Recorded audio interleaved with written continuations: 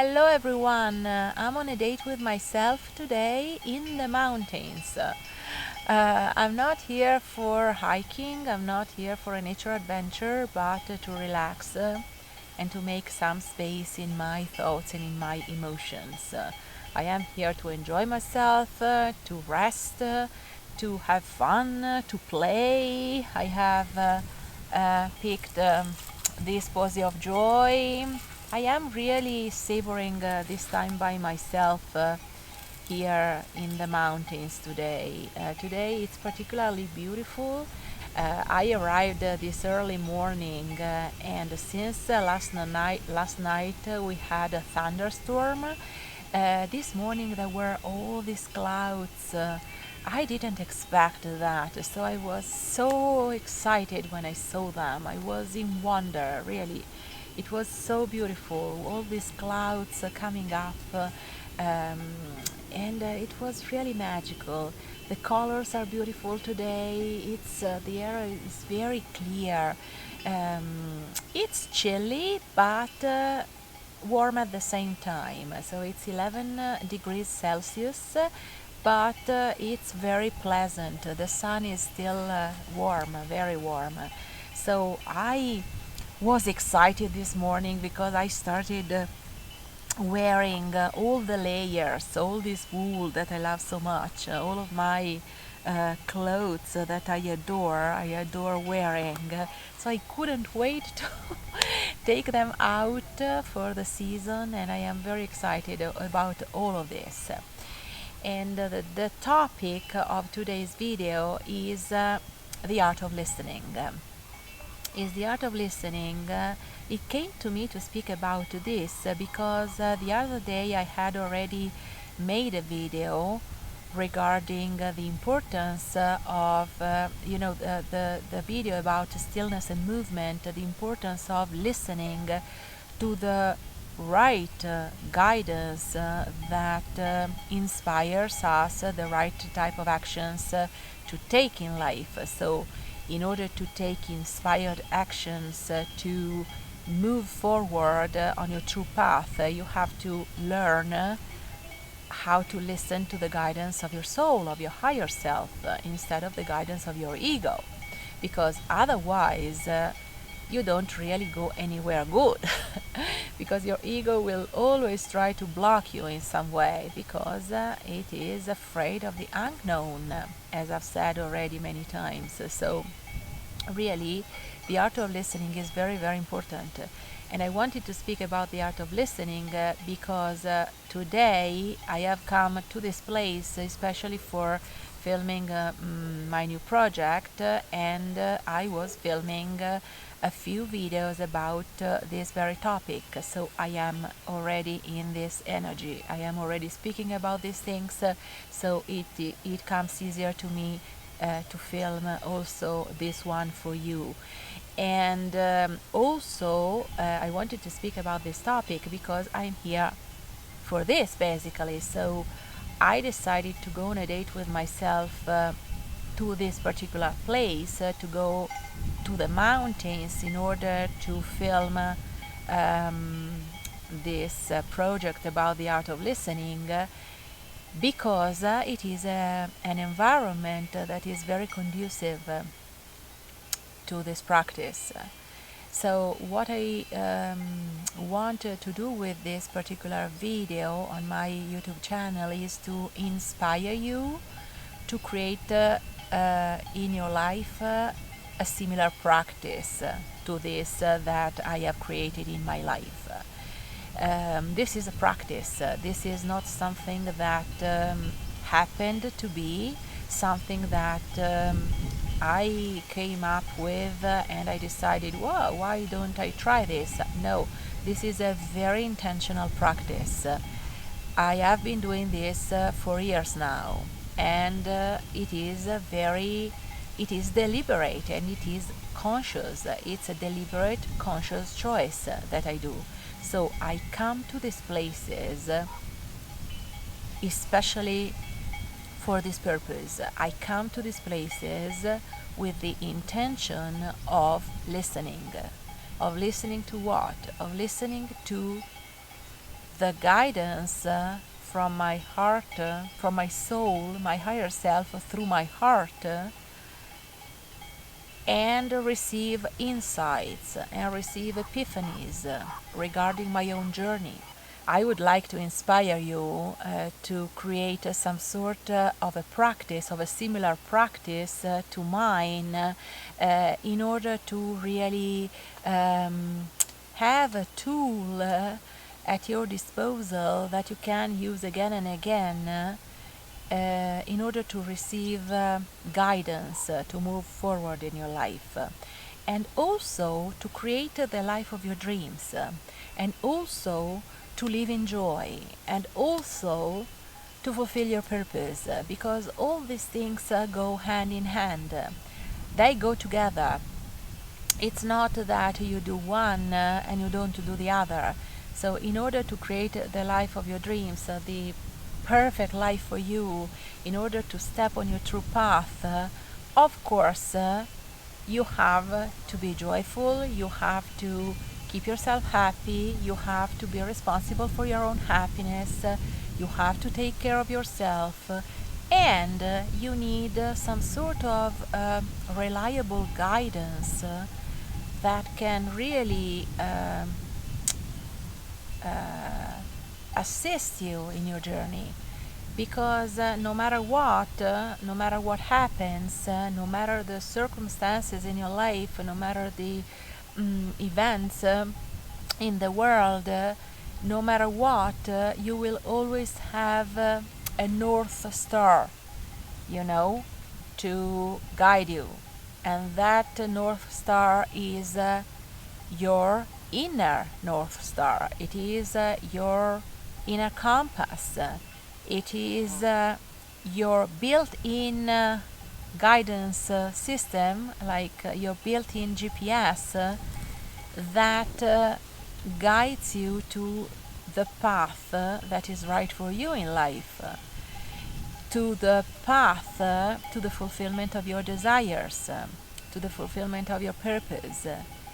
And that guidance is really the only reliable one that we have, because nobody outside of ourselves can give us guidance. Yes, there may be experts, there may be mentors, there may be very inspiring people that guide us in a certain way and on a certain path, but ultimately the true guidance that you should refer to again and again and again is the guidance that comes from inside you, not the guidance that comes from the outside, so from other people, because that is not reliable. That is not something that is perfectly aligned with your own truth.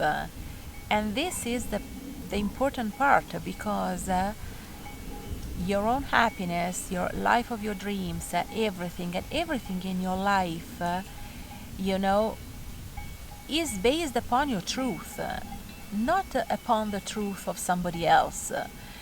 It is based upon your own. And if you don't listen to that guidance, or better, if you don't know how to listen, if you are not able to listen to that guidance continuously, but maybe just every once in a while, you don't have really that sense of security in life, from which also originates the joy, the peace, the joy, the satisfaction.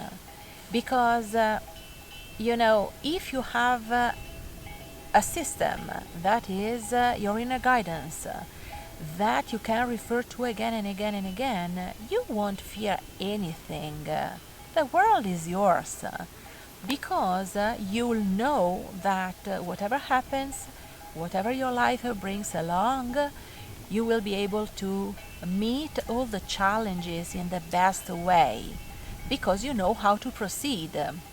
You won't feel lost anymore. You won't feel lost in doubts or worries, because you'll simply know what to do. So I really, really encourage you to create this practice in your life.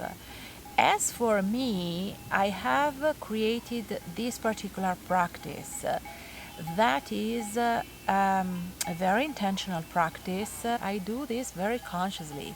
It's something that I do again and again and again, hence the term practice, for my own well being, for my own greatness, for my own purpose in life. I do this for my own happiness. I do this because I want to fulfill my dreams. I want to fulfill my purpose. I want to create a life that I love on my own terms. I'm not okay in living life as we are maybe guided to do in general in our society. Looking at what everybody else is doing. I wanted to live life on my own terms. And I happen to be very, very stubborn about that because it's a part of my personality. Like, okay, I do my own thing. I don't care what others are doing. I am this kind of person. I want to do my own things, my own stuff. I wanted to feel good with what I do. I wanted to feel what comes from my heart. I want to express myself freely. I wanted to really live my life in the way that I believe to be the right way to live and not what other people say. So this is crucial. This is crucial. A practice that helps me to recenter in this truth, to really connect to my heart again and again and again is absolutely crucial, and it is crucial for me, and it's crucial for you. So this is what I do. I go to quiet places when I have to listen, while I go on dates with myself for many reasons. In this particular video, I wanted to focus on the art of listening. So going to places where I know that I can find the right energy and the right environment for me that is conducive to listening, so to what I want to do. And I go to these places that are quiet. I go to these places that are quiet because other times I work on other aspects and I may go to a village, to some sort of place where there is something else to do. But for the purpose of listening, really, you need a quiet place, a very quiet place where there is no noise, no distraction, because those things really distract you from listening, because what you have to listen to is the voice of your heart, the voice of your heart, the voice of your soul, if you will, the voice of your higher self, if you will, that speaks through your heart. That voice is not a verbal kind of voice, is a feeling, is your intuition. That is a feeling. It is not something that comes to you in words, that has a logical structure, but it comes in form of a feeling, and usually it comes from this area of your body. So in order for you to listen to these feelings, this is a voice that is different from the voice that you have in your head, because inside you there are two voices. One is the voice of your soul that comes from this part of your body that speaks through your heart, and the other one is in your head, and it's the voice of your ego. That voice is very loud. It's a very loud voice. The voice of your heart is very, very, very, very quiet. Is very little. So that if the other part is constantly speaking and it speaks so loudly, you won't be able to listen to the voice of your heart. So, why do I choose places that are quiet? And especially when I have to listen, when I go purposefully for listening, on dates with myself for listening, I usually choose nature. Why? Because there is a lot of empty space, because there is a lot of quiet. There aren't usually harsh sounds in the background, like in a city, for example, or in a village or somewhere else. Here it is very quiet. You can hear the wind, you can hear the birds, you can hear the various animals. Here we have a lot of cows. I really love this sound. It is so relaxing and it reminds me of my childhood. This is why I love the mountains, because I have been in these places since I was little. So my parents have been mountain lovers and mushroom lovers. So they were they used to go hunting for mushrooms. So also when I was little, I had to go with them, and we walked and walked and walked and walked and walked because they had to go and find the mushrooms. So really, I have been raised in this type of environment. I remember going in the woods and in the mountains and feeling so excited and being excited about everything. And so for me it was always a new discovery, and that feeling never left me. So this is why I come to the mountains, and I love the mountains. But you can go to the beach, for example. You can go anywhere really in order to listen. You can also go to your own garden. The important thing is that it is a quiet place where you can really focus on something else rather than your usual thinking patterns, and allow that voice to make itself evident so that you can hear it and you can understand its messages. So what I suggest to do in order to really listen, because you may say, well, yes, I go and I expose myself to that energy, to that beauty, to those places, to that quiet, but I don't hear anything. And I get you, because this is an objection, that perfect objection. I mean, you can be in a place like this and you can hear nothing. So how do you listen? How do you actively listen? Because this is the point. If you have a lot of chattering in your head, that is the voice of your ego that always tries to analyze, to structure, to label, to judge, to classify, all those things. It tries to understand logically. Of course, if you have that loud voice, that loud voice grabs your attention.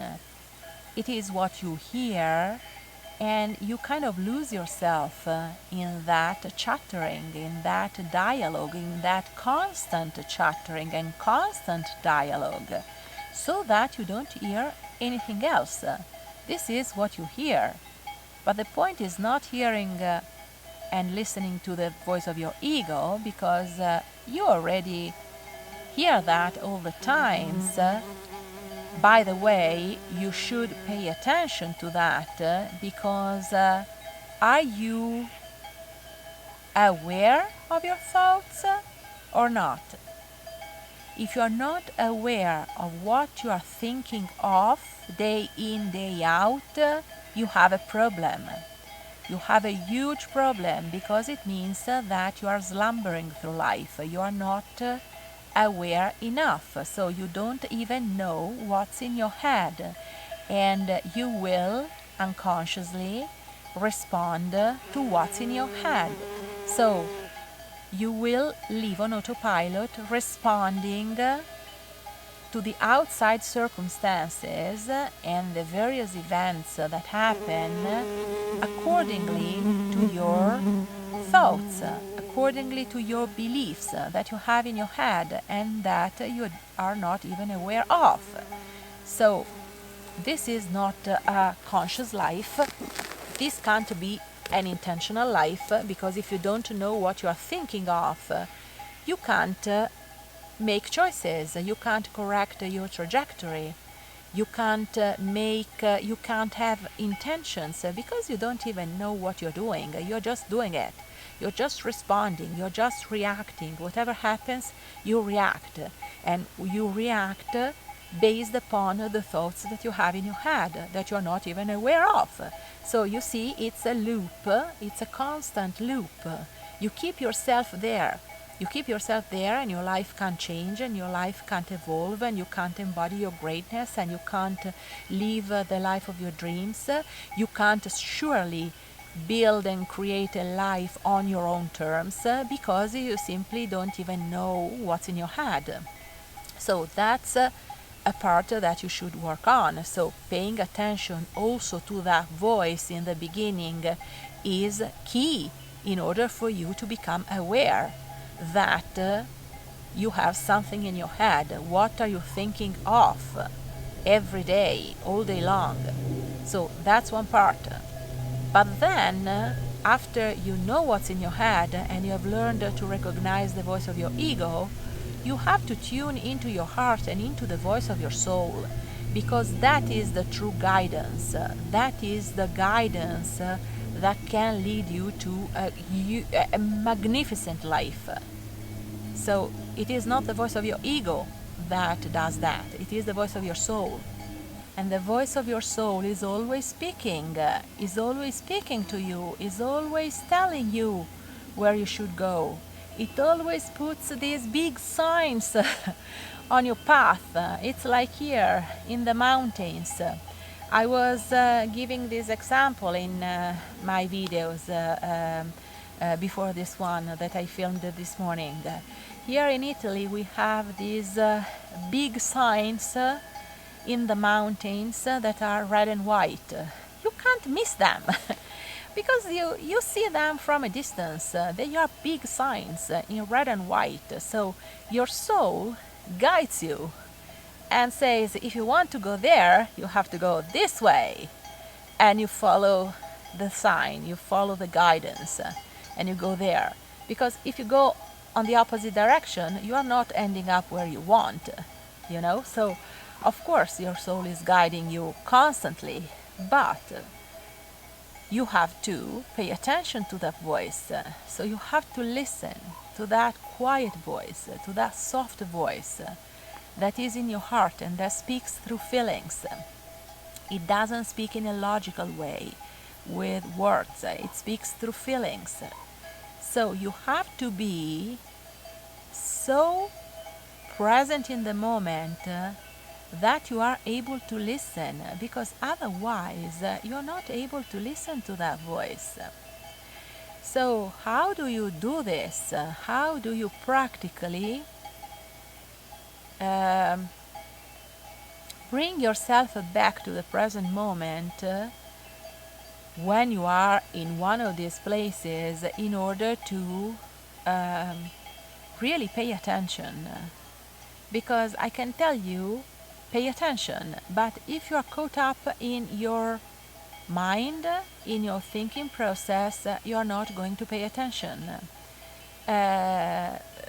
This morning I was setting this setting for my videos, and I went there with my camera in order to take a picture, and I went to and fro. I passed from a certain spot several times, and I didn't notice a certain flower that I love. It is a blue flower. It is a bell flower, and I couldn't see it. It was right under my eyes, and when I noticed it, I said, "Oh my goodness, how could I miss it?" I hadn't seen it. Why? Because I was so caught up in my thinking process that I was in a kind of a trance. So you are in a trance-like state when you are constantly giving your attention to your thinking process, so you don't notice anything else. The flower was right there. I walked by several times and I couldn't see it because I wasn't paying attention. I was thinking. How can I place this thing so that it is not slippery, I am safe, that everything is in the frame, etc., etc. So I was thinking and I was not present. I wasn't paying attention to anything else. This is what happens usually. So we are just thinking, we are analyzing, we are structuring, we are intellectualizing everything, and we don't pay attention. So when you come to these places in an intentional way in order to listen, so I'm not saying when you go hiking that you have to do this if you don't want to. I personally love incorporating this practice into my everyday life, so I always want to do a bit of this because it is my inner work, my regular inner work that I do on a regular basis, on a daily basis, because this is my choice. This is my choice for my life. But I am saying that when you come intentionally with that specific intention to listen, you have to really be intentional. You have to do something that you know that is useful, you know how it works, and you must be willing to do it. So it is an intention. It is an intention. It is something that you are willing to do, that you want to do. Right? So you come to these places and you do certain things in order to listen, certain things that can help you. So these things are very practical things that I do and that I found out to be very helpful, helpful and effective for this purpose. So the first thing is to try to not think too much of your own problems. So when you go for that practice in nature, for example, do not start thinking of your problems, thinking of the solution of your problems, thinking of how to fix something, or thinking of all of the bad things that have happened. Let those things go, let those feelings go, let those thoughts go, and just and simply enjoy yourself. Enjoy your day out, enjoy your hour, your half an hour, whatever it is, the time frame that you decided to give to yourself for this practice. I love to give myself a whole day, but because I can. If I couldn't, I would do less, but I would do it intentionally anyway. So whatever the length of time, be very intentional. So I wanted to enjoy myself for all the duration of this listening practice. So if I wanted to enjoy myself, I do various activities, various things that I love. For example, picking flowers or finding some natural elements for my arrangements, for some creative arrangements that I do at home. So this is something that I do all the time. Or I use my camera to be present, to help me to be present in the moment, to really notice, to notice details that I wouldn't otherwise notice. So I use my camera to be present. I use my camera to explore the world around me. And by doing that, I focus on those things and not on my thoughts or my strong emotions, maybe, because also the same thing of having a messy mind is having a messy heart. If you have many strong emotions, you can't listen because you have those that just grab your attention again and again, and those emotions are grabbing your attention. So you have to be in a sort of a neutral space. You have to be peaceful when you listen. It is when you can listen. When you are not peaceful, you can't really listen to the voice of your soul. So enjoy yourself, do what makes you happy. I love, for example, also to sketch sometimes, to draw, to write in my journal. This is another thing that I do. So I have my journal here with me. It is a regular journal, lined journal, that I use just for writing. I have my pen. It is everything that I have with me: a pen and a pencil and a journal. That's it. It is not a lot of stuff to take with you, and this is very helpful because if you take the time to journal and to write what's in your heart and what's in your mind, it will help you to let go of those things, so that then you have a lot more empty space inside yourself and you can really listen. So this is another thing that you can do. And another thing that you can do is also meditating. You find a safe spot and you can close your eyes for 5 minutes or 10 minutes or whatever you want. You meditate out in nature.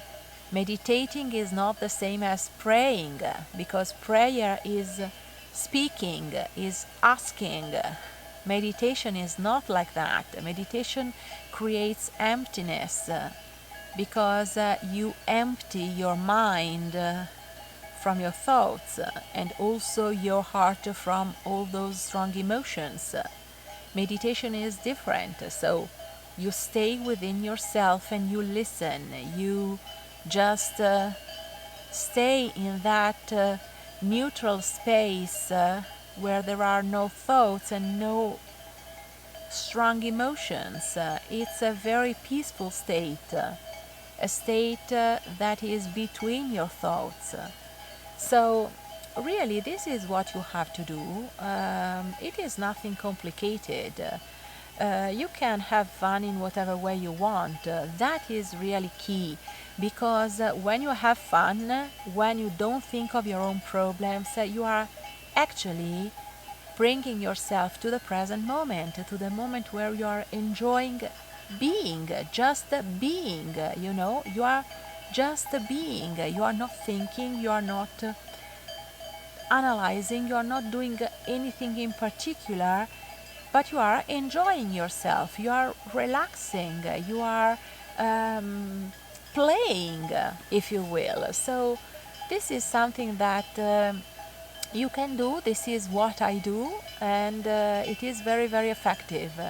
It is very effective. And then when you walk, you observe everything and you keep your heart open, and I promise you that you will receive those insights. You will have those breakthroughs. Maybe not in that specific moment, but over the next days, you will notice that ideas will start flowing to you. Maybe when you are under the shower, maybe when you are doing the dishes by hand, mopping the floors, or mowing the grass in the garden, or something like that. Or maybe when you get up in the morning, as soon as you open your eyes. So it is not necessarily that those insights and those epiphanies come right then and there when you are out in nature, or wherever it is that you go in order to listen actively, but they will come. They will come. Maybe when you're driving, they will come. So I hope that this video inspires you, and I hope that you will create this practice for yourself. As for now, I will continue on with my day, and I'll see you in the next video. Bye!